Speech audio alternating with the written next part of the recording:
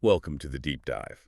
Today we're getting into a book that's really made waves globally. Paulo Coelho's The Alchemist. Yeah, it really has. It's one of those reads that seems simple on the surface, but it's touched millions, like you said. Absolutely. Your notes really highlighted its impact, so let's dive in. Exactly. It's not some heavy philosophical text, but it digs deep into destiny, dreams, finding your purpose. It's more like a modern fable, really. Sticks with you. Right. So our mission today, let's unpack this. We're not just retelling the story, but looking at those key moments, maybe the surprising bits from Santiago's journey that can shed light on our own paths. That's good. Where do we start? Okay, so let's begin with Santiago.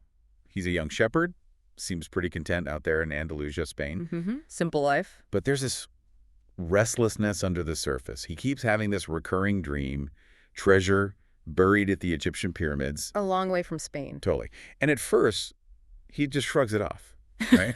Just a weird dream. Maybe about better grass for the sheep, not, pyramids. But then things start to shift. The universe gives him a little nudge. Or maybe a few nudges. Yeah, first up is the old gypsy woman. Right. And what's interesting there isn't just that she interprets the dream. Lots of people could do that, but she validates it. It's the first time someone outside his own head says, hey, maybe this means something. Okay. So it plants a seed, makes it feel a bit more real than just a fleeting thought. Exactly. Gives it weight. And then comes Melchizedek. This is where it gets really interesting, I think. Definitely. The mysterious old man reveals he's the king of Salem. And he introduces Santiago to this core concept, the personal legend. Yeah, this idea that each of us has this unique destiny, a path we're meant to follow. But how is that different from just, having ambition? It feels deeper in the book, more like a calling. That's a really good point. It's presented as less of a goal you set and more like something your soul already knows, something you're drawn towards, maybe even from childhood. It's tied to who you are. So it's not just about the achievement, but the becoming. Precisely. It's about the transformation involved in pursuing it. And then Melchizedek drops that famous line. Oh, yeah. When you truly desire something, all the universe conspires in helping you to achieve it. Everyone knows that one. Right. But it's often taken a bit passively, like you just wish hard enough. But if you look closely at Santiago's story, the universe only really starts conspiring after he takes action.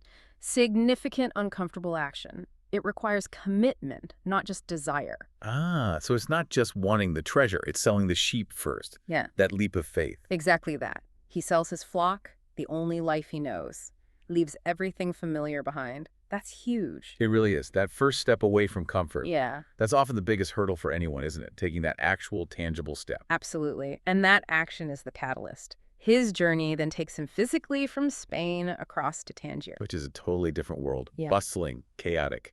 Completely. And then deeper still into the vast Sahara Desert. It strips away everything familiar, forces him to see differently. And things go wrong pretty fast. He gets robbed, loses everything, hits rock bottom. Yeah, a classic low point. So are these just terrible bits of bad luck? Or is the book saying these setbacks are actually necessary, part of the process? The book strongly suggests they're crucial. They're not just obstacles, they're the lessons. Getting robbed forces Santiago to learn observation, resourcefulness, trust his gut in ways he never had to as a shepherd. So the hardship actually built him up, makes him ready for what's next. Exactly. He becomes more aware, more resilient because of the loss, not despite it. He wouldn't have the inner tools otherwise. And this whole transformation speeds up through the people he meets, like the Englishman. Ah, yes, the Englishman. Obsessed with books, with the theory of alchemy. He represents a very different path, right? Yeah. Intellectual, knowledge-based, while Santiago's is more experiential, intuitive. Precisely. What's fascinating there is the contrast. The Englishman knows a lot about alchemy, about the world, but he hasn't really lived it. He's looking for answers in texts, not necessarily in the world or himself. He hasn't learned the language of the world that Santiago starts picking up on. Exactly. He knows about it, but he doesn't feel it yet. Then there's Fatima. This is a major moment. She's not just a love interest. No, she's much more here. She represents a huge test for Santiago. Right. What's the tough lesson there? Because it seems to be about love, yes, but also about letting go for the sake of the personal legend. It's profound. Fatima embodies this idea that true love doesn't hold on. It liberates. Her willingness to let Santiago continue his quest, understanding its importance to his soul, is key. So it forces him to choose between the comfort of love and the pull of his destiny. A difficult choice. A very difficult choice. It shows that pursuing your personal legend might mean sacrificing things, even things you deeply desire, like immediate happiness or comfort, for something essential to who you are. It challenges that simple romantic notion. And after all that, he finally meets the alchemist himself. The wise, powerful figure, the guide. So what's the absolute core teaching he gets from the alchemist? The one that shifts everything, especially after losing his money and finding love. What is the real treasure then? The alchemist fundamentally reframes it.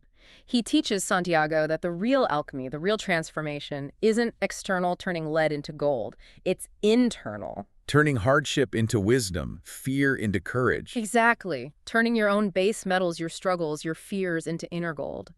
And understanding the language of the world, it's not just poetry. It's about paying attention. To omens, to intuition, to patterns. Yes. To synchronicities, symbols, even just observing nature closely. It's about developing this deep intuitive connection to everything around you, learning to read the signs the universe provides. It's cultivated through experience. So, learning to read the world, not just look at it. And the alchemist pushes him through more trials after that. He does, perilous ones. But they're designed to make Santiago trust that inner knowing, that connection he's developed. To realize the power was inside him all along. Precisely.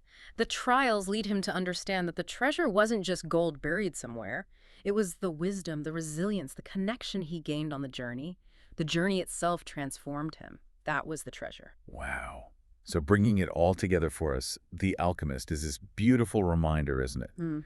That our dreams, those persistent ones, might actually be important whispers from our soul. Guiding us. Yeah. And it encourages you to embrace the unknown, learn from everything, especially the tough stuff. And to understand that sometimes the greatest discoveries aren't out there, but in here, found after you've walked the path. It really hammers home listening to your heart, pursuing that personal legend, whatever it might be for you, Yeah. and trusting that maybe, just maybe, the universe does conspire to help. Once you take that leap, once you commit, once you sell the sheep, so to speak. Exactly. Once you take that uncomfortable but necessary first step. Which I think leaves us with a pretty important question to ponder, doesn't it? Thinking about Santiago. What seemingly impossible dream are you dismissing right now? What idea keeps coming back that you keep pushing away? That might just be that whisper from your soul waiting for you to take that first, maybe scary step. That's definitely something to think about. A Yeah. powerful note to end on. Thank you for listening to this deep dive into the world of The Alchemist. We hope it sparked some insights for your own journey.